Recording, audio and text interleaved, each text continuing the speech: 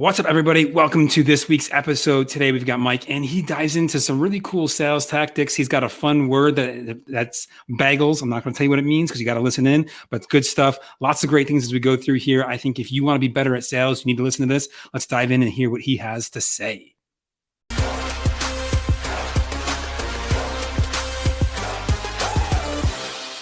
What's up, everybody? Welcome to another great episode of the Guion Now Show. I'm your host, Bob McIntosh, and today I am super excited, as always, because I love doing these interviews. I love learning from them, and I know you guys do as well, which is why you're tuning in. But today we have Mike Castiglione, and he is here to talk to us about a lot of great things. I actually had a really cool conversation with him prior to this, just to get to know him a little bit better, and was like, man, this guy's got a lot of great knowledge, a lot of great experiences in life and business, and I just wanted him to be on and share. As you know, the entire point of this show and podcast is to help you get out of your own way. And I love bringing on people who have had all kinds of different experiences doing that, facing all kinds of things. And his story I thought was really cool. And that's why I wanted to have him on, because at the end of the day, it's all about meeting cool people, learning things you might not have known along the way, and working to get out of your own way. So with that, Mike, thanks so much for being on. I appreciate having you here. Bob, thanks for having me. I'm excited. Look forward to sharing some stories. I hope your guests get some good, tangible takeaways of, how to grow your business, things that I did, lessons I've learned throughout and if you're not learning, what are you doing? Exactly. So for those who don't know you, which I'm imagining is most folks, tell them a little bit about who you are, what you do, and how you got to where you are now. Absolutely. So Bob, I'm Mike Castiglione, owner of Sandler Training. It's a sales and leadership development center. I'm out in Los Angeles. Obviously nowadays we are virtual. So I am in this square box all day, every day. And I am wherever you are right now. I'm in the back seat. So I work with business professionals on three things: the behaviors, what to do every day, week, month to grow your business; your attitudes, which totally aligns with your show of getting out of your way. Do you have equal business stature every time you walk into a conversation? With focusing on that strong attitude. And then the techniques. No one wants to be sold in 2021. It's, your prospects are coming in with so much information. Are you learning from them? So are you asking good questions and taking control, not trying to, go out there and sell, because everyone gets that stereotypical idea in the background when they start to hear sales. It's that sneaky, that used cars sales professional who's going to take advantage of them. So we avoid that. We allow people to be themselves, their own personality, but most importantly, take control in the conversation so that you can come to a solution or not. And that's perfectly fine. So let's just start right here, because I think sales is one of those topics. I know I can speak from my own personal experience, which is, I for a long time struggled with sales. It was like, I had that same feeling like, I don't want to do this. Like it felt uncomfortable and weird. And but having your own business, you kind of have to, especially if you're just by yourself. There's no other choice, but you learn to get better. So let me ask you this: how do you go from, how do you become a sales trainer? Like, did you have to fight that urge to be like, I'm not trying to, I don't want to create more used car salesmen in the world. I just be curious to know more about that. So my whole career has been driven in leadership. So coaching, training, teaching, coming from academia. I was a professor at LMU. I ran a center, really focusing on systemic change. And I didn't wake up one day saying, hey, I want to be a sales trainer. But I want to be a problem solver. I want to work with professionals. I want to help them get to where they're at. And created a program. It was all about reinforcement. So no one changes habits overnight. It takes time, and it takes energy, and it takes commitment. And as I created that program, love LMU, loved everything it had, it was time for me to step aside and do something different. And when I partnered with Sandler, it was a match made in heaven. It had the same ideals, the same process of, you can't get everything in a boot camp. You can't get everything out of a book. You get good information that there's a purpose for it. You're not going to change habits. More importantly, you're not going to change beliefs. You don't change your belief. The long-term effect is always going to go back to the status quo. So as I started looking at working with business professionals, Sandler was a perfect match. And, I don't look at it as, I'm out there to change all the used car sales professionals. I'm out there to help professionals and to help them get out of their own way. Plug for you. And to allow them to be themselves and be comfortable. They all have a passion about what they did, right? There's a reason why you started your business. There's a reason why you got into it. And you're so passionate and, you want to talk about everything that you do, is that when you get in front of a prospect, you end up throwing up on them. You give them all the information, and that's And they're done that. and, you know what it's like because you've had that person in front of you. You've done it, and you're so excited because like, oh, you actually want to work with me, and that's the worst thing you can do. Not only do you sound like a sales professional, so the effective filter is going up. You're not trying to. You're just energetic and you're passionate about what you do, and you're telling them all the features and benefits and all the great reasons and why. Let's do business. But you got to take it back a notch. Is you have no idea if the person in front of you even needs your product or service. So rather than going in with that, you can have good energy and have excitement, but you have to do it from more of a service perspective. How can I help you? So if you go in with that mindset and you ask better questions and stop telling them what you do, you actually will service them better. And it's counterintuitive for almost all new business owners, even people who've been doing it for 25, 35 years, because we're in the mindset of, well, I'll show up, I'll tell you how great I am, you'll agree, you'll give me money, and then we'll move forward. And that's in essence. Only that's how it actually went, right? Yeah. And that's like sales cancer, because you think that it's okay, but then it starts to fester, and that idea gets worse and worse, and then you get frustrated because people aren't buying from you. So the best way to cure that is through questioning, is to take control so that both parties know exactly where to go, and then more importantly, guide them to a yes or to a no. And that's our second favorite word. And especially new business owners, they're scared of the word no. They don't want to hear it. So they're comfortable with that. Well, let me think it over. I'll get back to you. And then you're in this purgatory for months and months on end, and you don't accomplish anything. You got a big, fat, inflated pipeline with no one that's really moving down it. And I call that hopium. So it's like you take a little sip of hope. Maybe they're actually going to wake up one day and call me back. And it becomes that addictive drug because you allow more and more people to tell you, let me think it over. Right. You're doing them a disservice. Because think about it. Two things are happening. Either they're going to try and solve their problem on their own, which is just malpractice. If they really have an issue that you could solve, then you should help them solve it. And you should get them to act, whether it's, moving forward with you or someone else, but you need to get them to act. And then number two, what's worse is you think you have a real successful pipeline in them. So then maybe you slow it down and you don't. And then business stays stagnant, or worse, it starts to decrease. We never get off the ground. Mm-hmm. Getting to one or the other, the yes or to the no, it keeps it clean and concise, it keeps you nice and efficient, and then you're effective with your time. Because then you're getting to people to say, yeah, this helps me. Or, you know what, let's shake hands in this virtual world and we can part friends. We'll do that. Okay, perfect. So let me ask you this.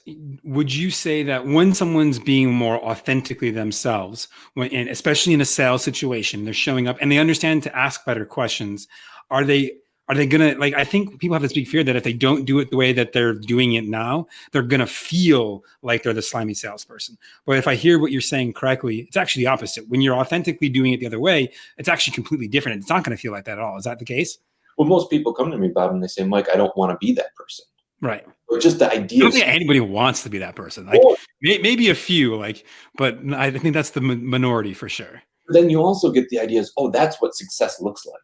Because they wear a flashy suit and everyone, like in media and social culture, it's like that's successful. Wolf of Wall Street style, right? Like I gotta look like this. This is, yeah, I get it. But that's not the reality in the real world. When you sit in front of a business owner, they want to know who you are. They want to do business with people they know and people they trust. And at the end of the day, do you provide value? If they don't trust you, like, let's be honest, you show up and you start talking, I can get you 10% and talking fast. No, effective filter up. People like, I've been here, I've done that. Right. We have a rule in our business where if your competition is doing it, stop doing it immediately. If your competition's talking features and benefits, stop.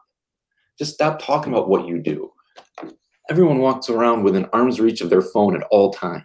If they want to know features and benefits, people, your prospects are showing up with more information than some of your sales reps or yourself about you.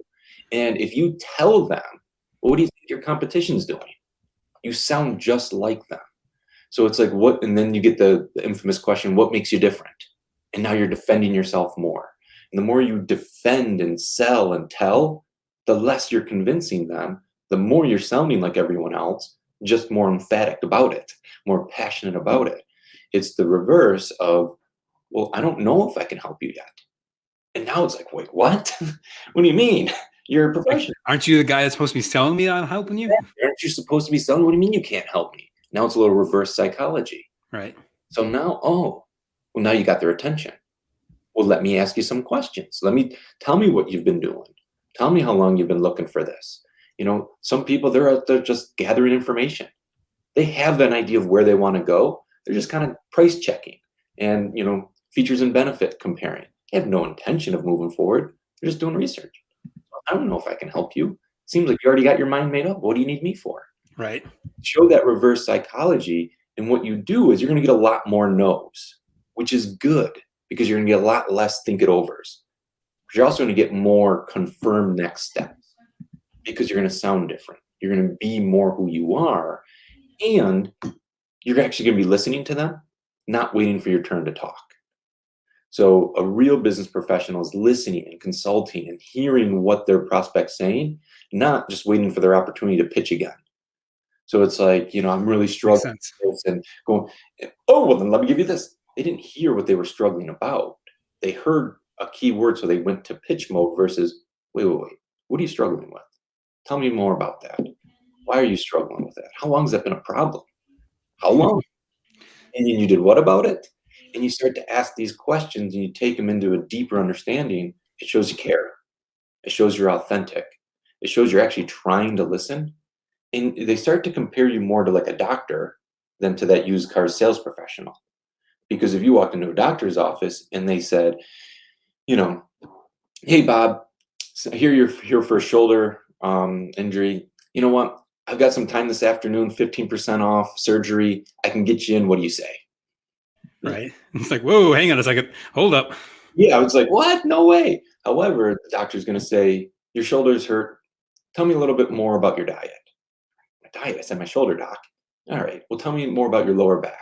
What shoes are you wearing? What are you doing? They're going to start to ask you all these other random questions. And now you got a good doctor in front of you because they're trying to diagnose what's really a problem and if they can help. Right? If they're like, at the end of the day, they asked you 15 really good questions and they're like, you know what? I think surgery might be an option. Notice how I think this is the best way to go. Now you're starting to agree with them. They're not trying to force you into that direction. And that's what we try to encourage for all business owners is create that equal business stature that you're walking in with. I don't need this business. I would like to help people, right? At the end of the day, Of course. you started doing what you're doing to help people, but I'm not going to beg for business and I'm not going to convince you of my business. And that will help you not only get better people around you, but your prospects will be more like you. So you're not going to have those thorn in the side type of prospects because as you ask those questions, they're getting frustrated and they don't want to deal with it. Well, imagine a year from now and you're implementing your project with them and you're going through customer service. It's that same person and you're in the honeymoon stage right now. So Right. you're the best of them right now. Imagine what it's going to be like down the road. So it allows you to start also qualify them. And so many people, especially early in business, they just want quota, right? They need to keep the lights on. They need to get some inventory, cash flow going so that they can grow and get to a point where they want to be. And they're willing to overlook some of those quality controls on the person they're selling to. Been there, done that too. There's definitely been some people I'm like, ooh, that was probably a mistake. And it's a lesson learned. So, over the course of the last couple of years, like I said, I transitioned from LMU. I learned more that first year when I was with Sandler than probably in my combined previous 15 years. And I got an MBA during that time. Just every single conversation was a lesson learned. Every single day, I learned 5, 6 things. And it wasn't just, just kind of pulled them out of thin air. This is something I do. And if you're listening, I highly recommend you grab a pen, a piece of paper, and you write this down. Because this is how I start every day. It's with bagels. And although my wife loves bagels to eat, my bagels are for journaling. So the B starts with behaviors. So what are you going to do all day today? Do you have meetings? Do you have dials? What do you have on your calendar? It starts with what are your activities? Okay? Write that down. For me, I do my behaviors on a Post-it note. I'm a checklist type of guy, so I do that right away. And then number 2 is A for attitude and affirmations. If you're an independent business owner, there's no one coming in and giving you attaboys and attagirl. You got to give it to yourself. Remind yourself of the value you provide to your clients. Remind yourself how great you are as a professional and why you got into it in the first place. Always start with a positive mindset, because if you don't, no one else is going to give it to you. And it's hard work starting. Right. Did you see that thing recently from Elon Musk on Clubhouse? And someone said, what words of affirmation would you give to entrepreneurs? And they said, if you need words of affirmation, you shouldn't be an entrepreneur because you got to do it yourself. It's like, yep, it's true. Elon Musk, the robot, he's not an emotional person. For me, I am an emotional person. So I have to start with those words of affirmation, because I have to remind myself that. I wish I had his type of personality where he's brilliant in what he does. He's also robotic from that emotional intelligence point, where you can tell him any type of criticism and it's like right off. So you start with behaviors, you start with your affirmations and attitude, and then what's your goal for today? So if you do everything, what's 2 things you're going to achieve today? And it can be something basic, like I'm going to have a new conversation. Or I'm going to move, if you have 2 or 3 sales calls, I'm going to move a prospect to the next step. It doesn't have to be a quota. Stop talking about I want to close business. Can't force anyone to close. Right. Only guide them to a yes or to a no. So your goal for the day.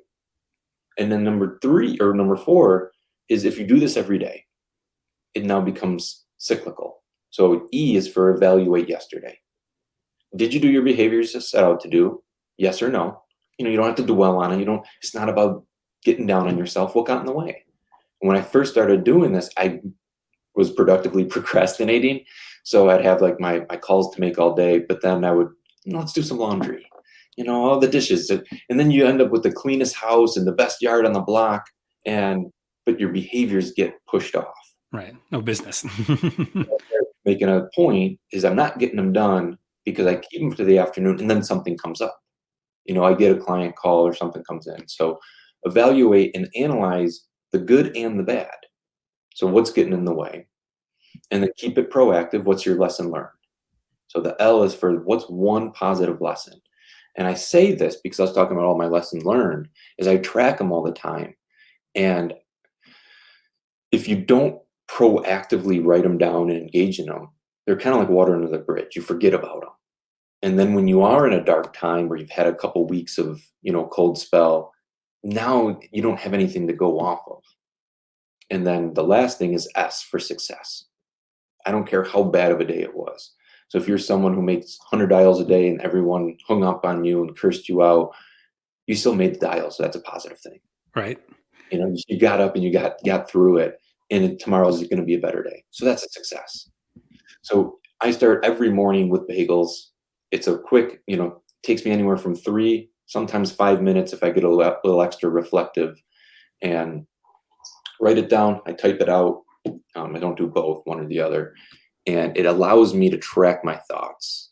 And I'll share a story of how I've actually used it to grow business. One second. So on the S with success, are you applying, hey, what today would look like if I was successful? Or are you reflecting on the previous day's activities to say that was a success to help motivate you going forward? I do it on the previous day. Okay, perfect. A lesson and success often coincide. Right. So the L and the S tend to be the same sometimes if the lesson is a successful lesson. But for one of my lessons was I had 4 sales calls, and the first 3s were hard no's. And I was, as you can imagine, kind of down on my luck, probably a little Eeyore, shoulders slumped. And this is back when we were going in person. And rather than walking into that 4th meeting, I read my affirmations. And I remember why I did this and the people I've helped and all the great things. And I walked into that 4th meeting and I got the business. It's a true story. And, I was sharing this with my class at one point, and someone goes, Mike, why didn't you read it after the first at least 1 or 2? And I'm like, hey, that's a lesson for today. And the reality is this isn't something stagnant. It's something I use and read and then motivate myself down the road. And then you're always learning from it. So it becomes something a part of your life. And everyone knows if you're proactive and you're positive, you have that energy about you. Have you ever heard of the thing called commission breath, where people are desperate because their quota is low or it's coming to the end of the cycle and they're really aggressive or really like determined to get the sale? People smell that on you and they smell desperation. It's something we call commission breath. And it's like, pump the brakes. Right. But always maintain that positive attitude, even when times are tough. This past year, a lot of businesses had tough times. Some people saw the opportunity to grow and expand, but some people had to really rethink, and it was hard for them. And it still is.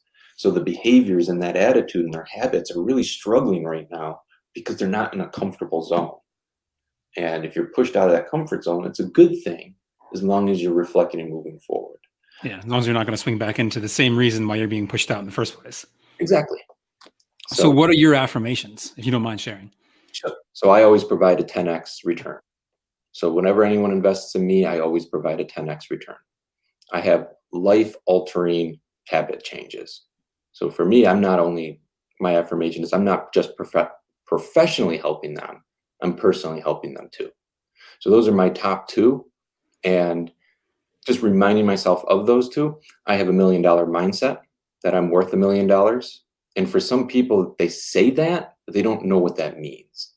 So I embody, what does a millionaire mindset entail? It's hard work. It's determining. It's having that mindset that I can take a no and get another at bat, and I know I'm going to get a yes. It's the determination. It's the grit. So those are my two that are about more of what I do. And then the mindset is the millionaire mindset.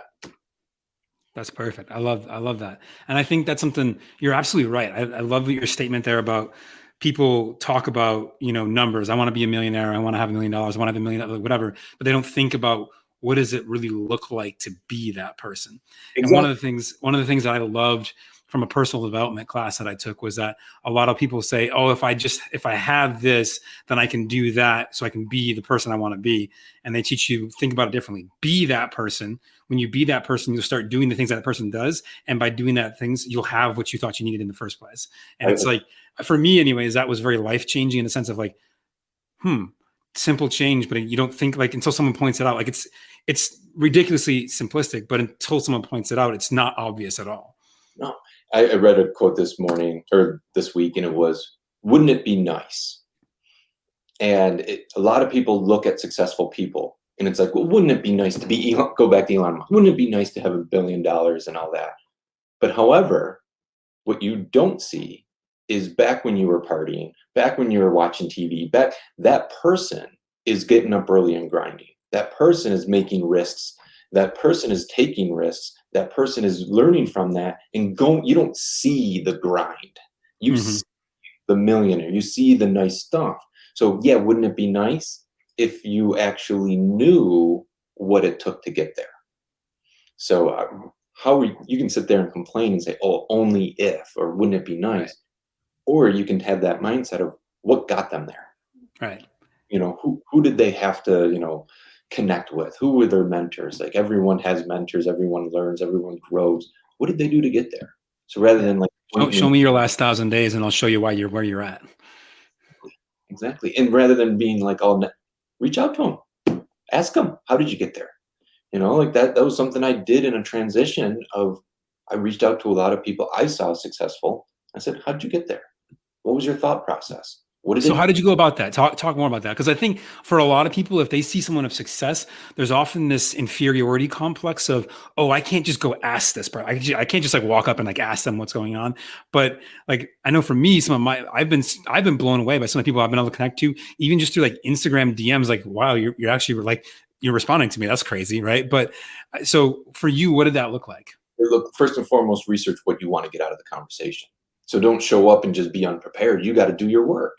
If someone of a mentor caliber is going to spend some time, is be prepared.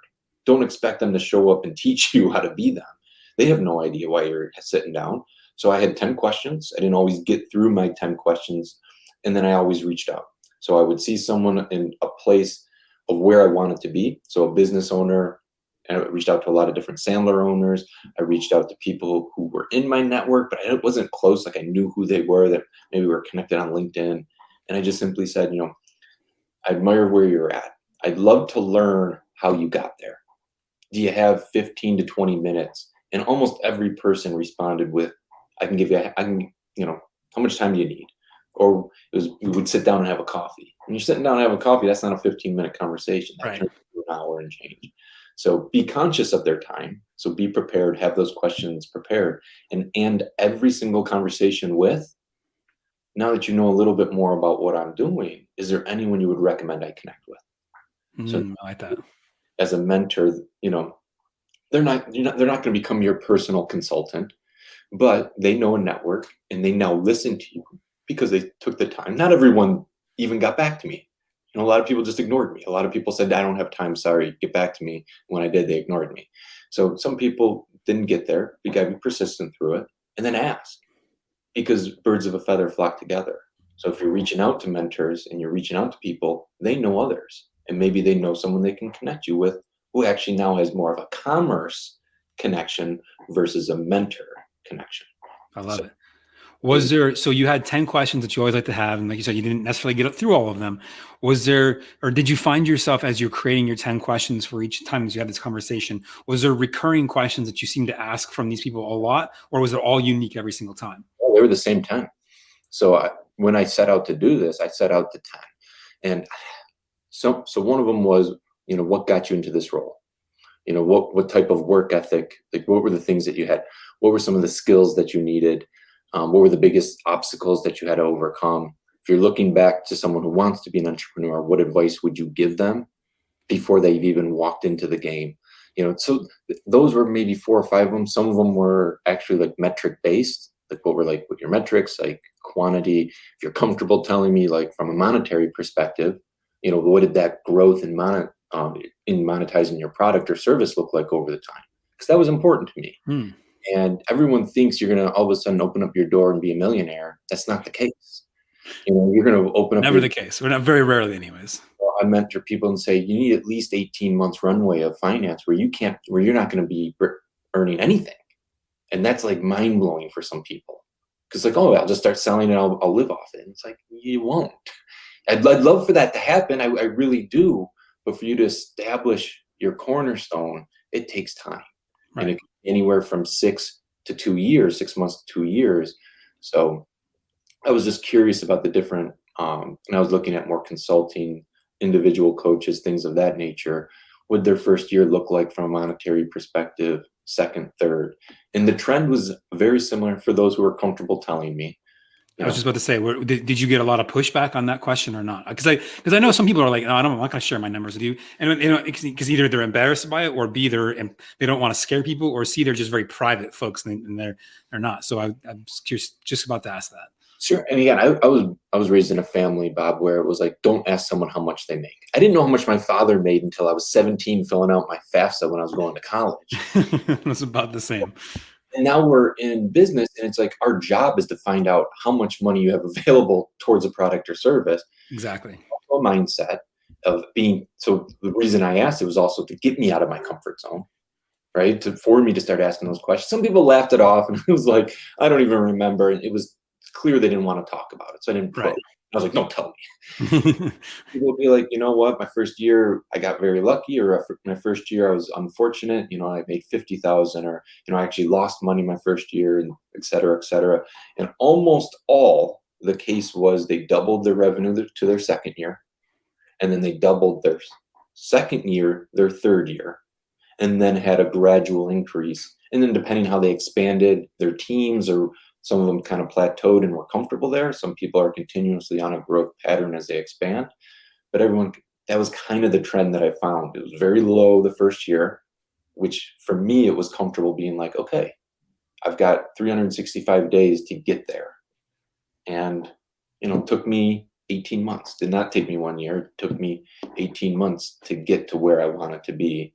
And then I've kind of followed in pursuit over the last couple of years of that doubling pattern. So it's been pretty cool to kind of ask the questions, see the trail, follow it, get up every day, grind, get all those no's, and then continue to go, because I'm not there yet.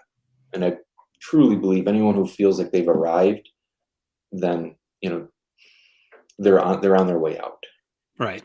can always be better. You can always learn. You can always be different. So. And that's one of the things I love about this show is that I get to have those conversations and I go, oh man, that's something I'm not doing, or oh, that's an area for me to improve, or there's something that I can execute better on from that standpoint. So I'm curious. You said, hey, like, you get all these no's in your example of your story, right? You got 3 no's, you like shook it off, you did your affirmations, you got a yes, which is great.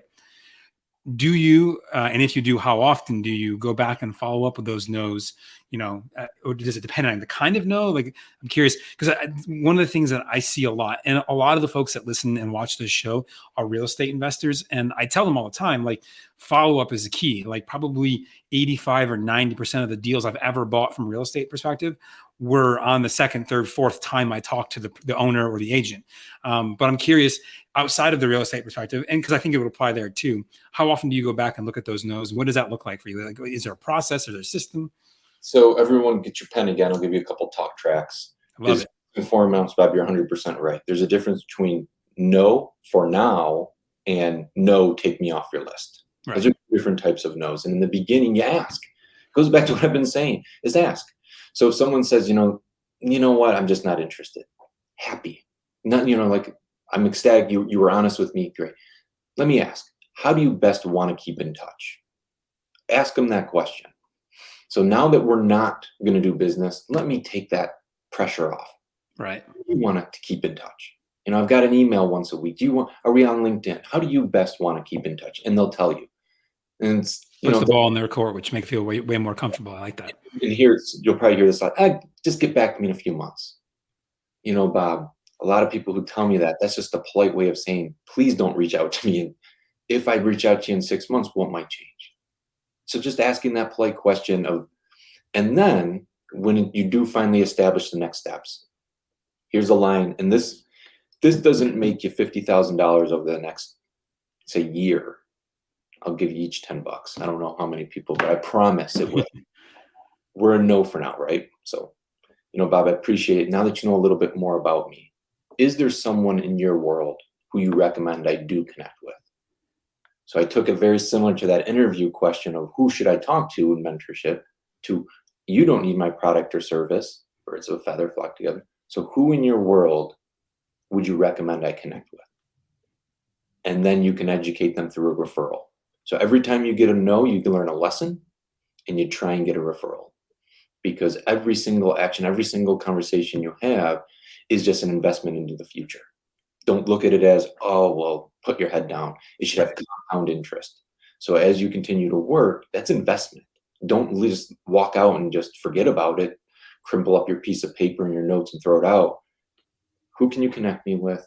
And what lesson did you learn so you can grow as a professional?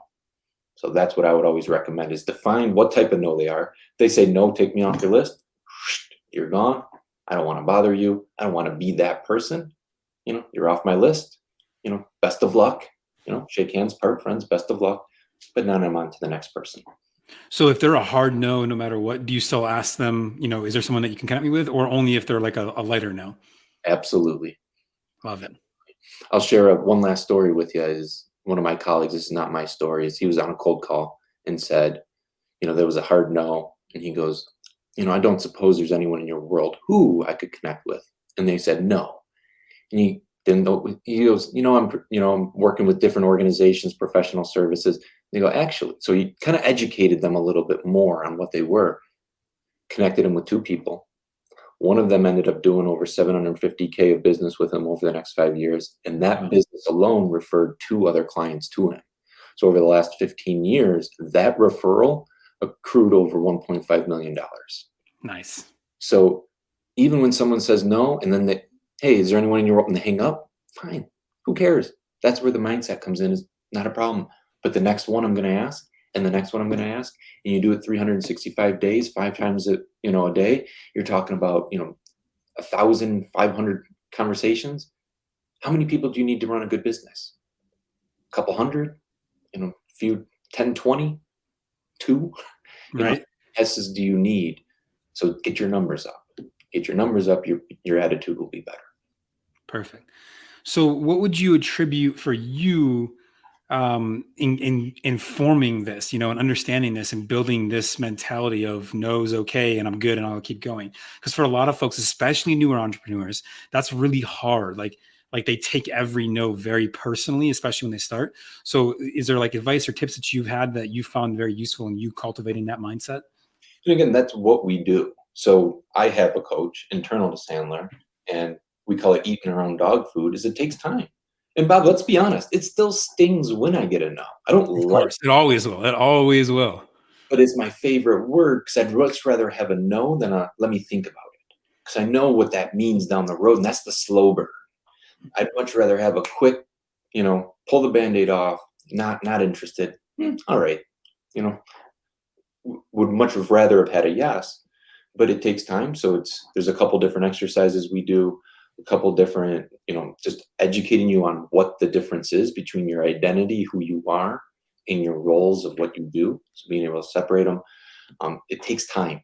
It takes years, and it takes constant reinforcement. It's not like you can go read a book and then all of a sudden be like, I get it. That makes sense. Like just magically everything's cured. We're good. So that's the hardest part, is changing your belief. First of all, you got to address your belief. And most business professionals have, decades of beliefs ingrained in them. So it's hard to change that. Right. First, addressing that, you change your belief, you'll change your habits. Once you start to change your habits, then you get reinforced with the positivity that can happen. And it's hard. It takes some time. It takes 2 steps forward, 1 step back. But that's what I would suggest. That if you're struggling with a no, first and foremost, affirmations every day. We're more than happy to have a conversation about what I do. But maybe not me, but I would definitely recommend reaching out and getting a mentor or coach of some sort, because it's too hard to do it on your own. Perfect. So let me ask you this: in the world of mentors, because it's something that I've had a number of mentors in different places, different aspects over my time of doing this. Which I look back, I was actually thinking about it today. It's like been, I think, almost 12 years. I'm like, oh man, has it been that long? Crap. But do you find, from your perspective, is it better to have a mentor who's doing the same thing as you, or does that create too much conflict of maybe them not wanting to share information because they're in alignment with the same thing that you're doing, and finding someone else that's over here? Like who you look for when you're looking for a mentor? I mean, ideally it would be, and at the end of the day, it's me. I have no problem mentoring, because there's a lot of business out there. And if you're scared that you're going to mentor someone that's going to steal all your business, then again, you're not growing on yourself. You're not expanding up levels. So ideally it would be someone who's gone through something similar than you. Again, if you don't have that person that you know and trust, then it's someone who's gone through a similar process. So if it's a different industry, but the same process, then I would look for it. But don't be afraid to ask. And I think that's what I call head trash, is people don't want to ask someone in their same industry, because it's like, well, they're not going to want to help me because I'm going to eventually be their competition. Right. But that's not true. There's 8 billion people on this planet, Bob. There's so much business out there that the reality is not everyone can handle it. And I'd much rather have, valued consultants who do similar stuff than me, that maybe it's not a perfect fit. Like, I'm not a right fit for everybody. For those who need sales training, that they fit everything, my personality and who I am just is not the right fit. Right. And it's nice to have a couple people who are different personalities than me, that I could say, all right, I'm not a right fit, but hey, maybe check out this person. So don't be afraid to ask, because the worst thing they can tell you is, I don't have time, or I'm not interested. So, and who else would you want to learn from? Someone who's been there and done it. So the more alike that you can find, that pathway that's similar, that's why I say go more in your industry. Don't be scared of it. And you can do research. Maybe they aren't going to be your mentor, but at least you can ask them a couple good questions. Very true. Very true. And I think that's true. Like, there's never been a better time availability of information to make sure someone's good too. Like, hey, check out what they got going on. Find and connect with someone that you had no idea. I mean, it's no different than how you and I got connected. I simply asked the question, and there was a connection made by somebody else that I had as a guest on here. And that person, connected us, and now here we are having this great conversation. So this is all about connecting with other people, establishing relationships, and not trying to sell. And that's no one's, as soon as you stop trying to sell, and the effective filter goes away, you start to create good relationships. You realize that people are actually hearing what you're saying when you are talking about what you do and the value you provide. and then they can connect you. Everyone has 200 people by name in their phone that they know. The odds that the person in front of you needs their product or service, probably lower. But now that you know 200 people and they now trust you and they respect you, now they're much more likely to refer you. And that's where real business starts to come in that network. So you can be authentic, you listen first, you ask questions, you get over those no's. It's just a matter of give yourself a long enough runway. It's not a matter of if, but when you will be successful. And that's a guarantee. You just have to have a long enough runway and stay. I love it. Perfect. I think this has been awesome. I think that sales is one of those things that people get hung up on way too often, and it scares them, or even for some cases it terrifies them. I actually was having a conversation with someone not too long ago who literally was like, would make every excuse not to sell, but then they're wondering why their business is not going anywhere. And a lot of what we just talked about. So I'm going to share this episode with that person. I'm not going to call them out by name because that would just be mean, but you know who you are because you're going to be listening to this. But this is cool. So I love it. So thank you so much. I'm going to just be respectful of everyone's time because we're just about out of time right now, but where can folks who might want to connect with you find you? So I definitely recommend connecting with me on LinkedIn. It's Michael Castiglione. You'll see the cheesy smile and the bald head and the beard. I'm a little more buttoned up than I am right now in a suit and tie, but for everyone listening, they don't know that you're in a suit and tie. If you're not watching, he's definitely in a suit and tie. But I do offer a free training. So Cool. Once a month, I do an open training, how to deal with stalls and objections, how to overcome that prospecting disposition when you get those think it overs. It's from us. We're causing the think it overs. It's not the prospect's fault.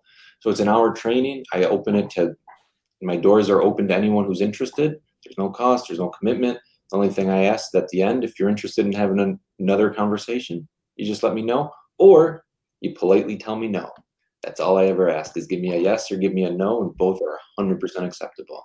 So connect with me on LinkedIn, say that you heard me on Bob's podcast, and I'm more than happy to connect. Come to a training, or we can just connect for a 15-minute call. Beautiful, beautiful. I love it. Definitely take advantage of that, guys. I mean, free training is free training, if nothing else. And also, I think we can all be, and I'm going to include myself in this, we can all be better at sales at some point in time. It never hurts to be better at that. Perfect. Well, thank you so much, man. I truly appreciate it. This has been a great conversation. I actually was looking off. I have some notes off to the side here, and I was like, "Ooh, that's good. We're gonna keep that for later." So. And by the way, legitimately, this is one of the things I love about doing this show is that I always get to learn things as I go along. And that's just as fun for me too. After podcast, you get different people, you get new ideas, and you're constantly networking and providing that support of just a good conversation on a Friday afternoon or whenever you're listening to it today. Whenever and wherever. So perfect. Thanks, man. Appreciate it. For each and every one of you listening, truly appreciate you taking your time. I just ask one simple thing, pay it forward by sharing this with a friend who you think needs it, fellow entrepreneur, somebody else, especially in the sales world. This cannot go wrong. So the more that you share it, the more folks that we help. And that's the whole goal of this thing. As always, as well, please make sure you rate, subscribe, review, hit the like button if you're on YouTube, subscribe, hit the notification. Like there's a million things. Just click all the things. Click all the things. I would appreciate it. As always, we'll see you guys again on another great episode next week. Thank you so much for your time. Take it easy. Mike, appreciate you. Thanks for being on.